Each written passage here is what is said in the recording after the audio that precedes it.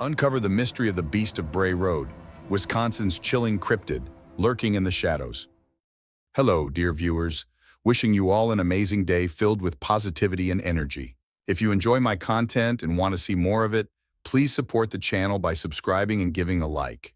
Your support means the world and motivates me to create even more awesome videos. The Beast of Bray Road is a mysterious cryptid named after a rural road near Elkhorn, Wisconsin, USA. First mentioned in 1949, it gained prominence in the late 1980s and early 1990s. Sometimes called the Wisconsin werewolf or Elkhorn man-wolf, it reflects ties to local folklore and werewolf myths. The name Beast of Bray Road has become a catch-all for similar creatures spotted not only in Wisconsin, but also in neighboring states like Illinois and Michigan, and even as far as Vancouver Island, Canada. While the beast lacks deep roots in the traditional folklore of Wisconsin's indigenous peoples, such as the Menominee or Ojibwe, its image resonates with broader myths of werewolves and anthropomorphic beings found in many cultures. In Ojibwe folklore, for instance, the Wendigo, a supernatural entity that can take human or animal form, is linked to cannibalism and greed. Some suggest the beast may draw from these legends, adapted to modern contexts.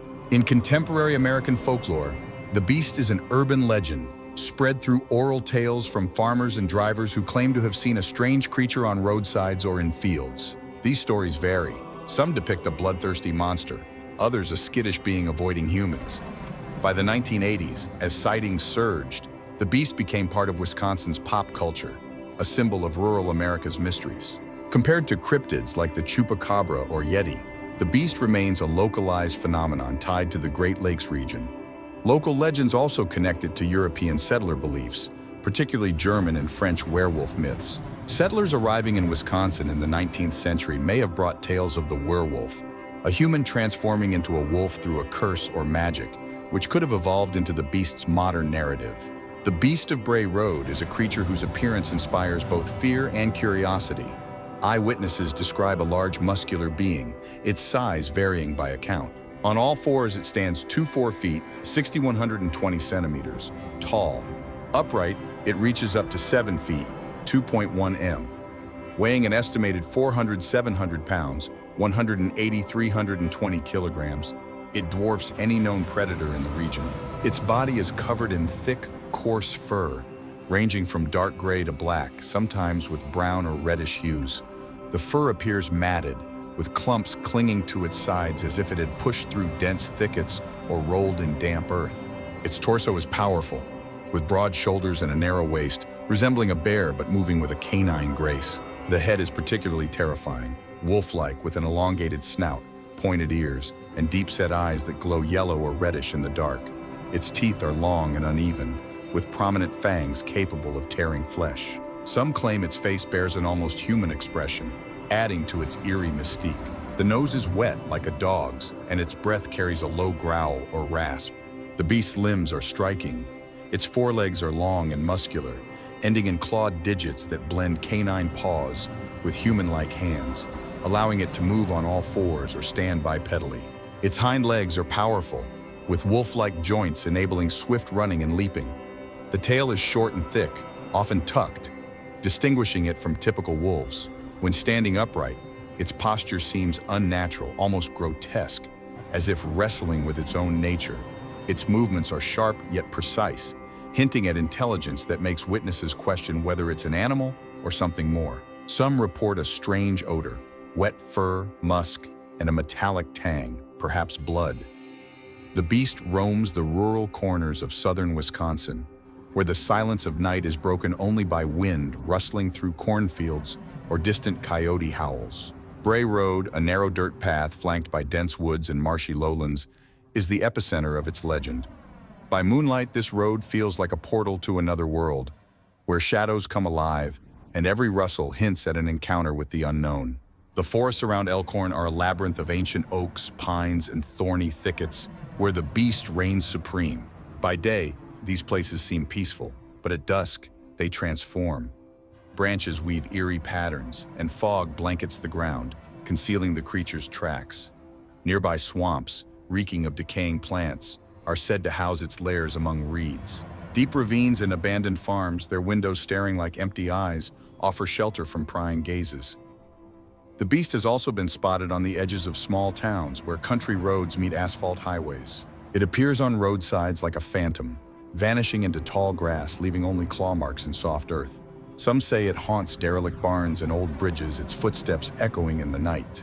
These lonely, mysterious places suit a creature that seems to exist on the edge of reality and myth. Sightings extend beyond Wisconsin to northern Illinois forests, Michigan plains, and Vancouver Island's rocky shores. Though varied, these locations share an air of isolation and wildness, where humans feel like intruders. The beast seems to choose places where nature retains its primal power, and human presence is a fleeting intrusion. The beast's intentions remain debated. Accounts suggest it isn't openly aggressive toward humans, but instills fear with its presence.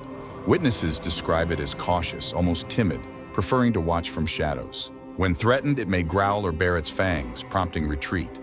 It likely preys on small animals, rabbits, deer, or possibly livestock.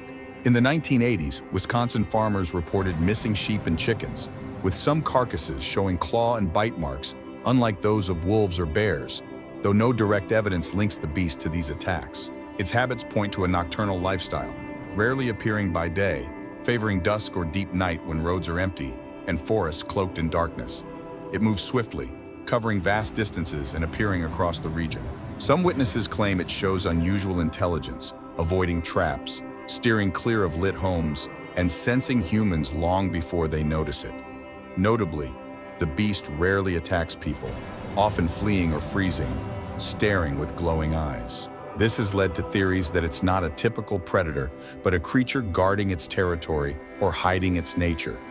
Some describe human-like behavior, such as standing upright and assessing onlookers. It leaves no permanent signs like dens or nests, making it more enigmatic. Its appearances seem spontaneous. Its disappearance is inexplicable, as if it exists to remind humans of the world's unexplored corners. The beast's origins are a subject of debate among cryptozoologists, scientists, and paranormal enthusiasts. One theory posits it as an unknown species, possibly a prehistoric survivor. Some compare it to the wahila, a giant wolf from Canadian indigenous folklore, or suggest ties to extinct species like the dire wolf, though no physical evidence supports this. Another hypothesis proposes a wolf dog or wolf-coyote hybrid. Such hybrids exist and can be larger than their parents, potentially explaining unusual appearances, but they rarely match the beast's described size or bipedal gait. The werewolf theory, rooted in folklore, casts the beast as a cursed human or spirit, popular among paranormal believers but lacking scientific backing. Skeptics argue it's a product of mass delusion or hoaxes, fueled by media in the 1980s, with ordinary animals like bears or mangy dogs mistaken for a monster. A bear standing upright in the dark could resemble a bipedal creature. Others view it as a cultural phenomenon, blending folklore, fear of the wild, and human myth-making. In rural Wisconsin, where nights are dark and life is quiet, tales of a creature may explain odd sounds or shadows, reflecting human vulnerability. Fringe theories suggest interdimensional beings or escaped experiments, but these lack evidence. Scientifically, a mix of misidentification and folklore, amplified by rumor, is most likely, though the absence of proof keeps speculation alive. Eyewitness accounts form the legend's core. The first recorded sighting was in 1949, when a driver on Bray Road saw a large, wolf-like creature cross the road. Reports surged in the late 1980s and early 1990s. One notable case involved Lori Endrizzi, who, as a teen in 1989, drove along Bray Road at night and saw a figure she mistook for a human. Closer inspection revealed a bipedal creature with a wolf's head and glowing eyes, which stared briefly before vanishing into the woods. She shared her story with reporter Linda Godfrey, who publicized it. In 1990, a farmer near Elkhorn, alerted by restless cows, saw a creature digging near a fence, resembling a giant wolf on hind legs. He fired a shot in the air and it fled. In 1991, teens near Lake Geneva claimed to see the beast sprinting across a field described as a wolf the size of a bear. One said it turned and stared before disappearing into brush. Sightings aren't confined to Wisconsin. Similar creatures, dubbed the Michigan Dogman, appeared in Michigan in the 1990s, with reports from Illinois and Canada in the 2000s. Most accounts involve brief, dark encounters, complicating verification. Skeptics note that wolves or bears, distorted by darkness or fear, could explain many sightings, yet the sincerity of some witnesses who sought no fame fuels intrigue. The beast became a pop culture phenomenon after Walworth County Week sent reporter Linda Godfrey to investigate rumors in 1991. Initially skeptical, she collected dozens of accounts, publishing articles that drew national attention. Her book, The Beast of Bray Road, Tailing Wisconsin's Werewolf, 2003, became a bestseller, cementing the beast's place in culture. It appeared in paranormal TV shows like Mystery Hunters and Mountain Monsters, and the 2018 documentary The Bray Road Beast by Seth Breedlove explored its lore with witness interviews. These projects turned the beast into an Elkhorn tourist attraction.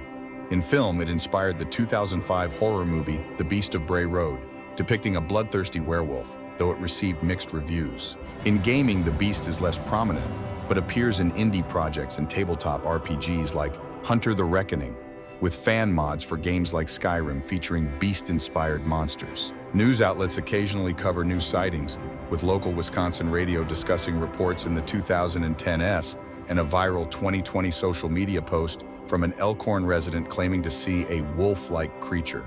Most reports remain unverified but sustain interest. The beast has become part of Wisconsin's tourism brand, with Elkhorn offering beast tours and shops selling themed merchandise, transforming a frightening legend into a cultural draw for mystery enthusiasts and tourists. The Beast of Bray Road remains one of American folklore's most compelling enigmas. Balancing reality and myth, it continues to captivate, spawning new stories and theories. Whether an unknown animal, supernatural entity, or human imagination's creation, the beast has etched its name into cryptozoology, a symbol of the mysterious and unexplored.